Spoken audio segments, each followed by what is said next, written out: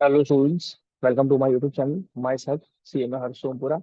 सो अब तक के हमने एसवाईबी कॉम के अकाउंटेंट टैक्सेशन सब्जेक्ट के अंदर residential status of an individual start किया था. उसके पूरे सेक्शन मैंने आपको अच्छे से समझाए थे कि what is the meaning of residential status of an individual. तो उसके अंदर कुछ कंडीशन मैंने आपको बताई थी. फटाफट से वो गाड़ी कंडीशन में बोल जाता हूँ. आई होप सो आपको क्लियर हो जाएगी क्योंकि आपने वो वीडियो देखा है ऐसा मैं मान रहा हूँ. क्योंकि अगर वो वीडियो अगर आपने नहीं देखा है तो please go and watch that video first. तब जाके आपको सेक्शन समझ आएगा और सेक्शन को कैसे अप्लाई करना है वो यहाँ पे समझ आएगा. ठीक है. सेक्शन ये बोलता था कि अगर आपको इंडिविजुअल पर्सन का रेसिडेंशियल स्टेटस निकालना है इंडिया के अंदर तो सबसे पहले आपको ये देखना है कि प्रीवियस ईयर के अंदर वो 182 डेज या उससे ज्यादा पीरियड के लिए क्या वो इंडिया में है कि नहीं है. पहले हमें वो देखना है. 182 डेज और मोर के लिए इंडिया में है कि नहीं वो देखना है. बेसिक कंडीशन फर्स्ट है. या तो फिर 60 डेज और more and four preceding previous year में 365 डेज और मोर. ठीक है. ये दोनों में से कोई भी एक कंडीशन अगर सेटिस्फाई हुई तो he would be considered as resident. लेकिन स्पेसिफिक कंडीशंस के अंदर स्पेसिफिक सिनारियो के अंदर सिर्फ फर्स्ट कंडीशन ही देखी जाएगी. दैट इज अगर इंडियन रेसिडेंट है, कोई इंडियन सिटीजन है, एम्प्लॉयमेंट पर्पज के लिए बाहर जा रहा है या member of crew member of a ship अगर बाहर जा रहा है तो फर्स्ट कंडीशन ही सिर्फ देखी जाएगी इन दैट सिनारियो. फिर यहाँ पे सेकंड वाली बेसिक कंडीशन नहीं देखी जाएगी. लेकिन अगर कोई इंडियन सिटीजन है या इंडियन ओरिजिन है, आउटसाइड इंडिया रहता है, विजिट के लिए इंडिया पे आया है, सिर्फ विजिट के लिए इंडिया में आया है और उसकी total income other than foreign income अगर 15 लाख तक है, अगर 15 लाख तक है तो फर्स्ट बेसिक कंडीशन ही देखी जाएगी. That is 182 days. एंड अगर 15 लाख से ज्यादा है, अगर उसकी total aggregate income excluding foreign income 15 lakh से ज्यादा है तो फिर in that scenario first basic condition would be same 182 days और मोर. सेकेंड बेसिक कंडीशन में जो 60 डेज है उसकी जगह पे 120 डेज आ जाएगा. 120 डेज और मोर और 365 days for four preceding previous year आ जाएगा. ये हमारी नॉर्मल कंडीशन थी. अगर इन दोनों में से कोई भी एक कंडीशन सेटिस्फाई होती है तो रेसिडेंट माना जाता है. फिर अगर कोई भी एक कंडीशन दोनों में से कोई भी एक कंडीशन सेटिस्फाई नहीं होती तो नॉन रेसिडेंट मान लिया जाएगा. एडिशनल कंडीशन किसके लिए है? अगर आप ऑर्डिनरी रेसिडेंट हो कि नहीं वो चेक करना है तो आपको एडिशनल कंडीशन देखनी पड़ेगी. तो एडिशनल कंडीशन क्या बोलती है कि previous previous 10 preceding previous year में 10 प्रीवियस ईयर के अंदर दो प्रीवियस ईयर में वो रेसिडेंट होना चाहिए. एंड दूसरा 7 ईयर्स के अंदर प्रीसीडिंग 7 प्रीवियस ईयर के अंदर वो 730 डेज के लिए इंडिया में प्रेजेंट होना चाहिए. अगर है तो वो रेसिडेंट एंड ऑर्डिनरी रेसिडेंट दोनों कंडीशन सेटिस्फाई होनी चाहिए. अगर नहीं होगी तो फिर इन दैट सिनारियो अगेन वो रेसिडेंट माना जाएगा बट नॉट ऑर्डिनरी रेसिडेंट. ठीक है. तो इतनी चीज मैंने आपको बताई थी. अब क्वेश्चन करते हैं कि कैसे क्वेश्चन आपको एग्जामिनेशन में आ सकते हैं. पहला मैं ये क्वेश्चन थोड़ा नॉर्मल लिया है, उसके बाद एग्जामिनेशन में कैसे क्वेश्चन करते हैं उस क्वेश्चन के अंदर में जाऊंगा. ठीक है. तो सबसे पहला यहाँ पे क्वेश्चन बोला हुआ है mister x an Indian citizen. बोल दिया है इंडियन सिटीजन. एक एक चीज अच्छे से पढ़ना जरूरी है. इंडियन सिटीजन है, is employed in the US. Employment purpose के लिए बाहर गया. एम्प्लॉयमेंट पर्पज के लिए अगर बाहर गया तो in that scenario first basic condition ही लगेगी 182 डेज और more for US for the last 15 years. Last 15 years से वो एम्प्लॉयमेंट पर्पज के लिए सीधा बाहर ही गया हुआ है. ही रिटर्न टू इंडिया ऑन 1 जुलाई 2022. मतलब प्रीवियस ईयर हमारा 22-23 होगा और असेसमेंट ईयर हमारा 23-24 हो जाएगा. ठीक है. To attend a marriage function and stayed in India up to 30 April 2023. Determine the residential status for the assessment year 2022-23. देखो अब यहाँ पे एकदम सिंपल सी चीज अगर आपको बताओ ना तो उन्होंने क्या बोला है कि असेसमेंट ईयर फाइंड आउट करो. असेसमेंट ईयर के लिए क्या होगा, सबसे पहले आपको कैसे आंसर लिखना है ना वो मैं आपको क्रोनोलॉजी बता देता हूँ for writing an answer. If you want to write an answer in a proper way, then you must have to write the provisions that I have explained in earlier in this video. जो मैंने आपको provisions बताए हैं, जो provision यहाँ पे आपको पहले उसको थोड़ा लिखना पड़ेगा, एलोबरेट करना पड़ेगा. ठीक है. फिर उसको अप्लाई करना पड़ेगा. तो मैंने जो प्रोविजन बताया ना वो पहले लिखने पड़ेंगे. देखो यहाँ पे क्या लिखना पड़ेगा. For determining as per section 6 determining as per section 6 for determining the residential status of an individual we must have to check the basic first, check the basic condition. As in here, he is an Indian citizen, he went outside for an employment purpose, so the basic condition, the first basic condition will be applied. That is, he shall be in India for 182 days or more in preceding previous year. ठीक है. तो पहले check करते हैं previous year में वो 182 days के लिए है कि नहीं है. तो चेक करते हैं प्रीवियस ईयर कौन सा है हमारा पहले मैं लिख देता हूं कि भाई प्रीवियस ईयर हमारा है 2022-23 एंड असेसमेंट ईयर है हमारा 2023-24 है। ये पहले लिखना बहुत ही जरूरी है। और यहाँ पे लिखना बहुत जरूरी है कि residential status of mister x, ये भी लिखना बहुत जरूरी है कि भाई आपका ये मिस्टर एक्स का ये रेसिडेंशियल स्टेटस है। ठीक है, अब ये आपको जाना है आगे। अब यहाँ पे क्या करते हैं, सबसे पहले मैं बताता हूँ, for determining as per section of Indian, sorry, income tax act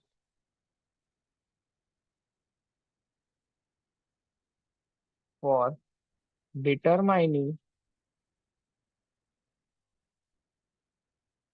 the residential status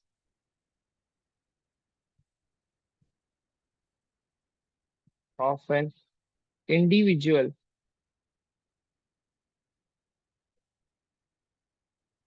we must have to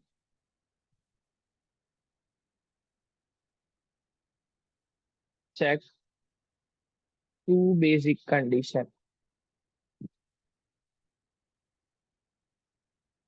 First, he must be there in India for 182 days or more in previous year, or second, he must be there in India for at least 60 days and in four preceding previous year 365 days or more. But here, as he is Indian citizen and went outside for employment purpose,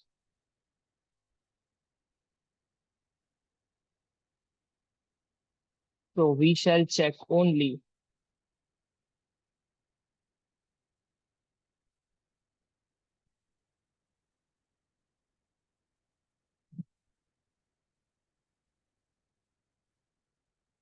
first basic condition. ठीक है, first basic condition आपको लगानी पड़ेगी। अब first basic condition क्या है, 182 days और मोर। अब प्रीवियस ईयर हमारा है कितना, करते हैं वर्किंग। प्रीवियस ईयर स्टार्ट करते हैं 1/4/2022 से लेके 31/3/2023 तक, वो कितना दिन था। उन्होंने बोला है कि 1 जुलाई 2022 में वो पहली बार इंडिया आया।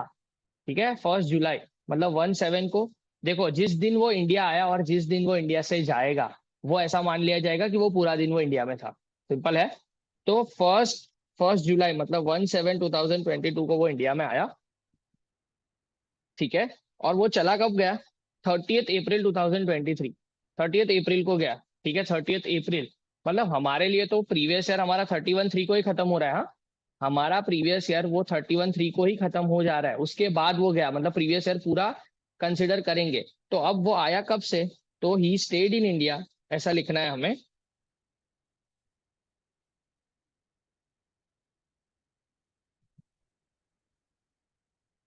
ही स्टेड इन इंडिया, ऐसा लिखना है। फिर स्टार्ट करना है कि जुलाई में कितने दिन रहा वो। जुलाई में जुलाई में अगर गिने हम, फर्स्ट डे से ही आ गया था ना, तो जुलाई में कितने दिन होते हैं, जुलाई में 31 डेज होते हैं। 31 डेज, ठीक है।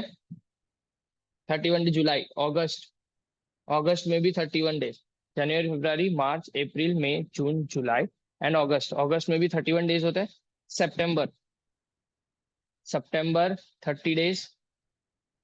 अक्टूबर 31 days, नवंबर 30 days, दिसंबर 31 days, जनवरी अगेन 31 days, फेब्रुआरी कौन सा ईयर है हमारा? फेब्रुआरी 2023 है। हाँ, 23 मतलब लीप ईयर नहीं है। लीप ईयर हो तो 29 days लेना जरूरी है। हाँ, यहाँ पे लीप ईयर नहीं आएगा।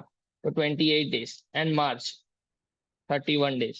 वो तो अप्रैल में गया ना, मतलब मार्च तो पूरा रहा। हमारा ये जो financial year current previous year हमारा जो था 1/4/2022 से लेके 31/3/2023 तक, तो उसमें वो जुलाई में आया और पूरा मार्च तक तो रहा, ऐसा मान लिया जाएगा। तो पूरा टोटल करते हैं हम कि कितने दिन तक वो बंदा रहा।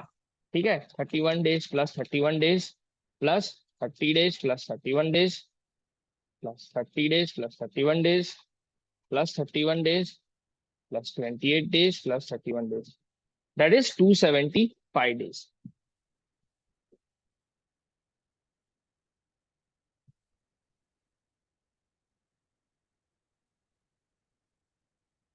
275 days।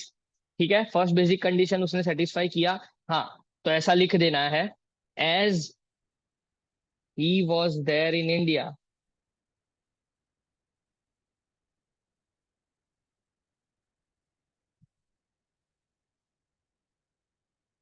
For 275 days,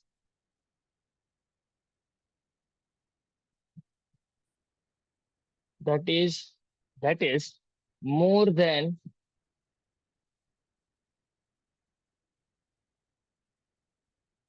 182 days. So he has satisfied basic condition.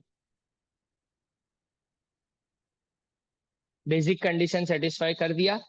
He shall be considered, he shall be considered as resident। वो रेसिडेंट कंसिडर होगा। अब एडिशनल कंडीशन करते हैं। अब एडिशनल कंडीशन लिखनी होगी।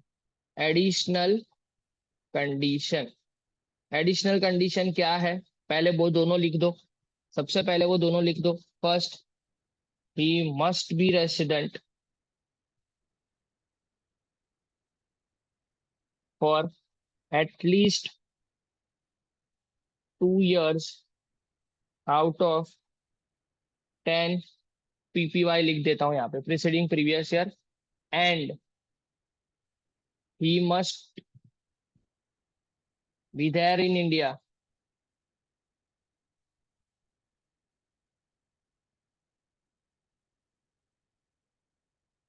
For 730 days in 7 previous year. दोनों check करते हैं। वो पहली बार इंडिया में आया पिछले 15 साल के अंदर। आप ये सोचो, पिछले 15 साल के अंदर वो पहली बार प्रीवियस ईयर में इंडिया में आया है। तो उससे पहले तो वो 15 साल तक इंडिया में था ही नहीं। उससे पहले तो वो 15 साल तक इंडिया में था ही नहीं। ये रहा लिखा हुआ। तो फिर इन दैट सिनारियो वो 2 साल तक रेसिडेंट होगा कैसे? एक भी दिन होना तो चाहिए ना वो बंदा इंडिया में। तो हमारा प्रीवियस ईयर में तो वो आया। उससे पहले वाले ईयर में अगर वो इंडिया में है ही नहीं, तो उसका रेसिडेंशियल स्टेटस हम चेक कैसे करेंगे? तो वो तो रेसिडेंट होगा कैसे प्रीवियस ईयर्स में? तो फिर इन दैट सिनेरियो वो एडिशनल कंडीशन सेटिस्फाई नहीं कर पाएगा। ठीक है, लिख देना है simple, as he was not there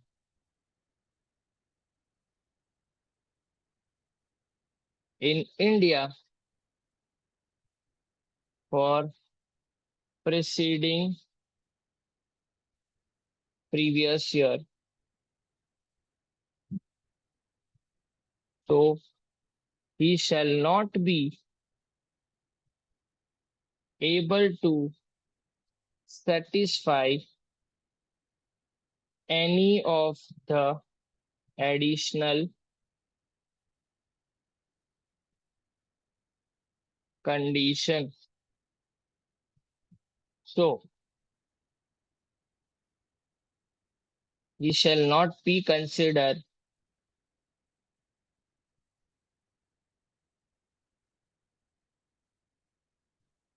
as ordinary resident done. ठीक है, ऑर्डिनरी रेसिडेंट वो नहीं माना जाएगा। तो रेसिडेंशियल स्टेटस लास्ट में ये चीज लिखना मत भूलना, ये लास्ट में लिखना बहुत ही जरूरी है। ये लास्ट में लिखना है आपको, रेसिडेंशियल स्टेटस